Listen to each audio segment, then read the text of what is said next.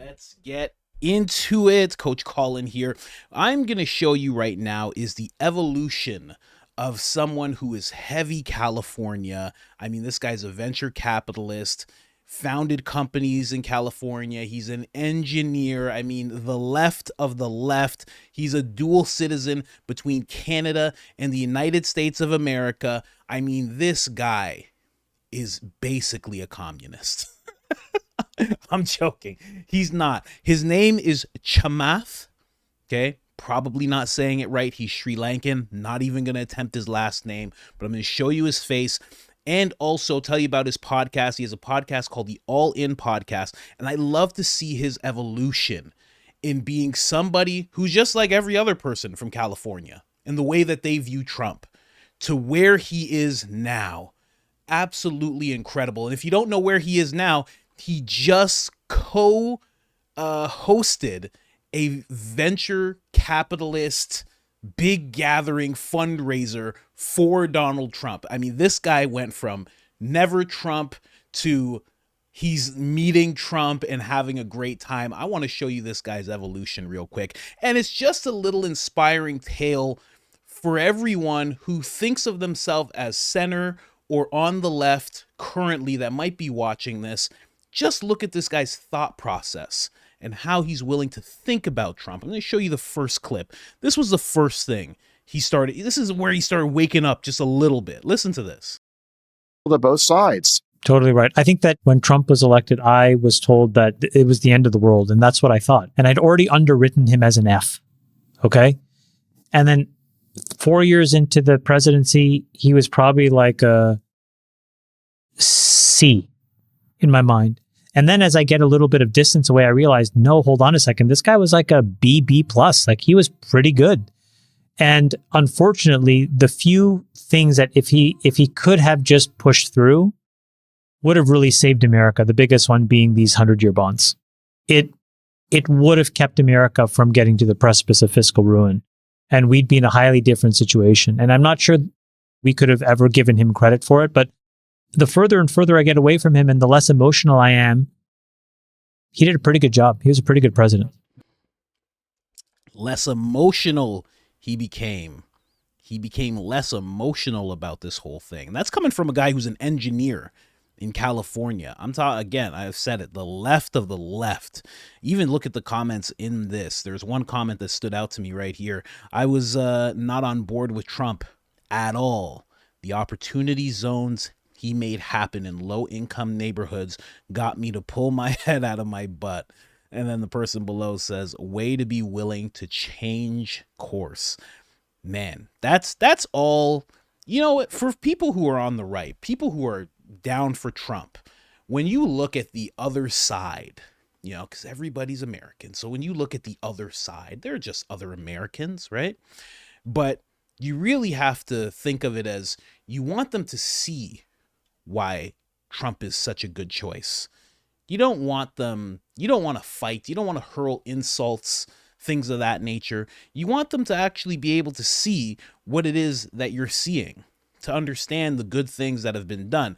Now, here's him talking some more in the same podcast where he just starts admitting some things about Trump. And I wish more people could do this, honestly. Listen to this. A lot of the good work. I mean, again, like, man, as a Democrat who has been left homeless, who is now definitely in the center, but probably leaning increasingly right, I'm left yet again with an appreciation, despite the message of the Trump administration, because what those guys did was pretty incredible in hindsight. These Abraham Accords, the accords with Israel and the GCC, the almost accord between Israel and Saudi, to really be able to like find a long-lasting peace is just a real example for the world. And you know, those guys did a lot of really good work.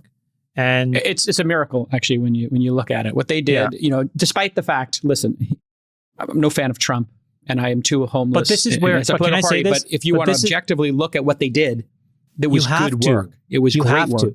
You have to. And in fact, this is a moment where you have to start to re-underwrite, like, is your not you, Jason, but I'm just saying collectively, is one's Trump derangement syndrome causing more damage than anything that Trump could have actually done?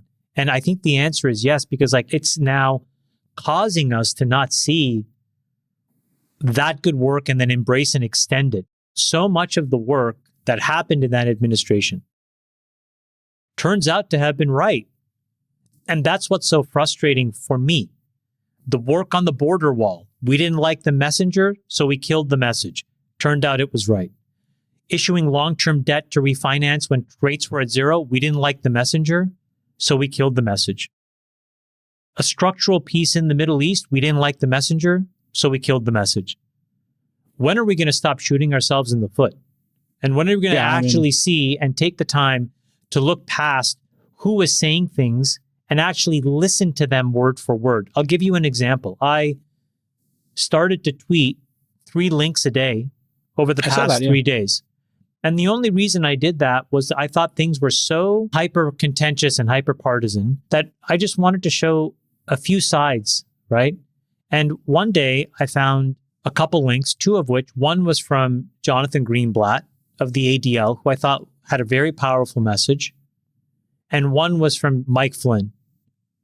And his message was also actually pretty powerful if you just read it. And if you took the names off, all the content was so valuable, both points of view. But the minute it goes into the world, people immediately judge and they kill the message because of the messenger. And this is exactly a moment where you have an opportunity to just stop doing that because the stakes are so high. It's infuriating, actually, quite honestly. It's infuriating to see it. We had this last week on the show when we were talking about reducing spending. Matt Gaetz is not the perfect messenger, but his message was the message we've been talking about, which is, hey, we have to control spending. So I can understand people not liking Matt Gaetz. There's a lot of things to not like about him. I can understand people not liking Trump. And get over it. Well, and then, it's bizarre that his son-in-law went to do all this work, but yet he did it and it had success. That's another example. It's weird if you send your son-in-law to do it, but I listened to the Lex Friedman podcast. Okay, you know what? It's not weird because at the end, if you listen to this podcast, the most important thing that is resoundingly obvious about Jared Kushner is that he is incredibly thoughtful and incredibly competent. And why did we have to spend years being fed all of these stupid lies? Because one can judge for oneself, but Jared Kushner is thoughtful, he's smart. And I thought to myself, I was fed all these lies for years about how this guy was like moping around in the shadows and this and that. And it was all not true. Man. And here's the thing. This guy is rich. He's very rich. Trump even makes a joke about it. I think he's joking with all of them at one point where he's like, these guys, like, this is some house you have. And like, he's complimenting them and being funny about it. But this guy is, he's up there. If not a billionaire, close to it. Very smart guy. Engineer. Founding companies. If even the wool can get pulled over his eyes, and this is for anybody who's in the middle or on the left, if the wool can even get pulled over this guy's eyes, what makes you think it can't happen to you? What makes you think it's not happening to you in regards to how you think about Trump? Okay? Just think about that. This is a smart guy. He said he was being fed lies, which means that even he didn't take the time to do the proper work of just clicking on different things and doing exactly what he said. Such a good point. Taking the name off of whatever information he was getting. Not letting the name and what their political stance is kind of poison the waters of what you're going to think. Because in reality, and I should actually do this as like a social experiment, if you just take what Trump did and you didn't attach it to Trump, and I'm sure you could, I should do this. You could go into the streets and say, Joe Biden did this, and people would be like, oh, that's really good. And you say, oh, it's actually Trump. They'd be like, If you could just take the name off of it in regards to what Trump did, you'll find there's a lot of really smart things that he did. Really smart things. And he's starting to talk about it even more. I'm noticing as the rallies and the interviews are going on and the sit downs with people, he's starting to veer away from just the stuff that we all love, the comedy, the comedic timing, all of that stuff, getting at people. And he's starting to actually touch on those things and what he would do and what he could have done and what was done wrong. And, there's a lot. I'm going to be showing you a lot because they did a special podcast with Donald Trump. I'm going to be showing you a whole bunch of that, showing you the best parts of it. And then the part that he said about despite the messenger. You got to be able to take in what's good despite the messenger. That's all I'm saying, guys. And that was October. That was October last year where he said those two things that you just saw.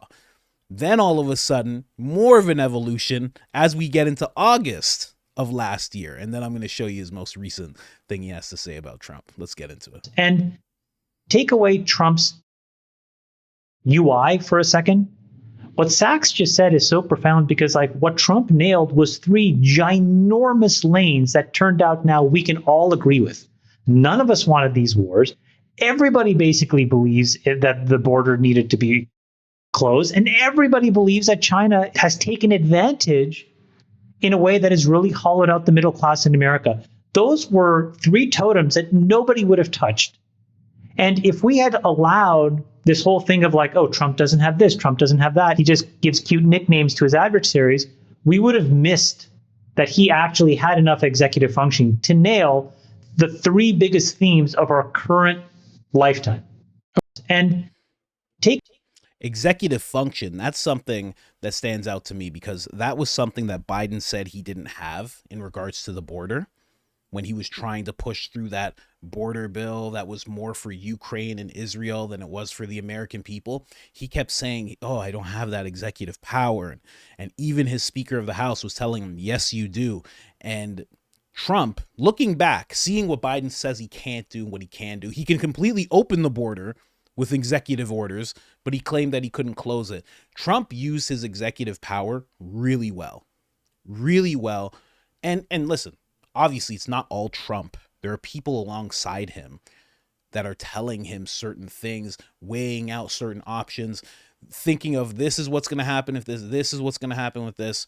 I think there's a lot of people around him that he's smart enough to keep around him to make proper decisions.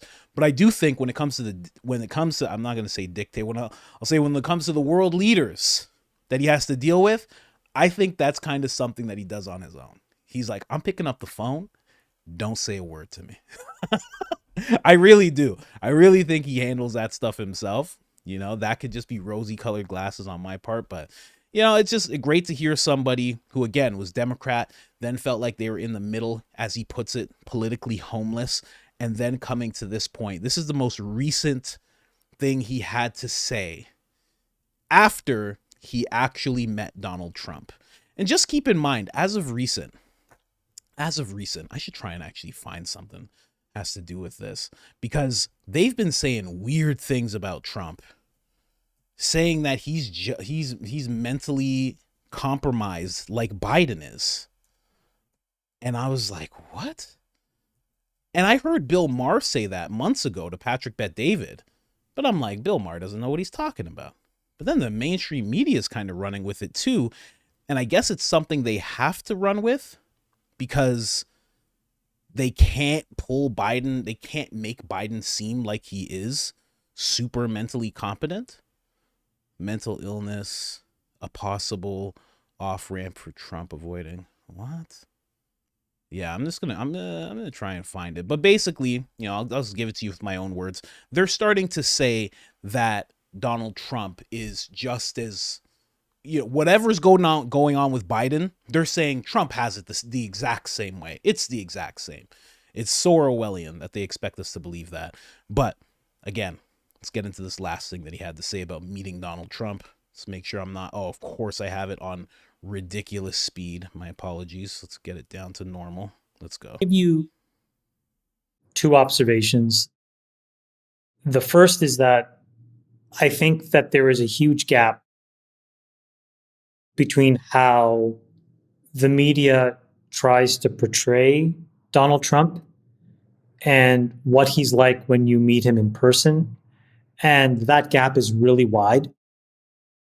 And so I would say specifically to Democrats and independents, you really do need to sit in the room and feel what it's like. David is right. He is charismatic. He's intellectually sharp, and he's funny. And when you put that together, he can engage an audience for a long time and be totally extemporaneous. The other thing I would say that he is very polite and he's kind in a way that was disarming and was not what I expected. And so I felt that I had misjudged him many years in the past. And so I was very glad that I had an opportunity to sit beside him and to actually interact with him one-on-one. It was really, really engaging. And so that's more about the style. And then about the substance, what I would say is it was not just a pro-America agenda, but it's very clear that he was pro-innovation. So he was really supportive of AI in the details that he talked about. He was very supportive of crypto in those details. And he's very much low regulation, low taxation. And so when you put that together, it does stand very much in contrast with what the alternative is. And so I think that both of those things are a reason why, even if you aren't willing to vote for him, I would encourage everybody to experience what it's like to hear him. Freeberg, your thoughts on all this? I didn't go to this. I didn't go to the event. I don't know. No, I know. Just big picture. I'm wondering our why bestie's hosting this. I want to know why Chamath didn't wear a tie. Everyone else is wearing a tie. You didn't want the tie? Chamath doesn't need a tie. He's a baller. All right. Do you want to say what Trump said to you when he met Natalie? So it's us talking, and he says, "You guys are a really beautiful couple." Uh-oh. And I said, "Well, thank you." And then he turns to me and he goes, "Well, you must be really rich." He says this thing. And I started laughing out loud. Nat thought he was hilarious. So because of the disparity in the looks between you and Nat is what he was sort of implying. You guys sat next to him at dinner. Yeah. And was that like an hour just private conversation between the three of you? This is the other thing that he does. He actually sits there and he says, folks, I'm happy to continue to talk about whatever you want me to. You feel free to ask me questions, or feel free to just go around the room and just tell me what you think. And what would happen is people would say different things, and then he would start asking questions of other people, and the thing becomes almost like this roundtable discussion of topics we talked about Iran, we talked about foreign policy, we talked about deficit and debt. Like the crypto regulation, everything. What did he say about deficit? Well. What did he say about deficit and debt? Well, he's very much he's very much on your side of we have to really figure out how to get spending in order and get the deficit under control. Well, congrats on it. Sounds like a success.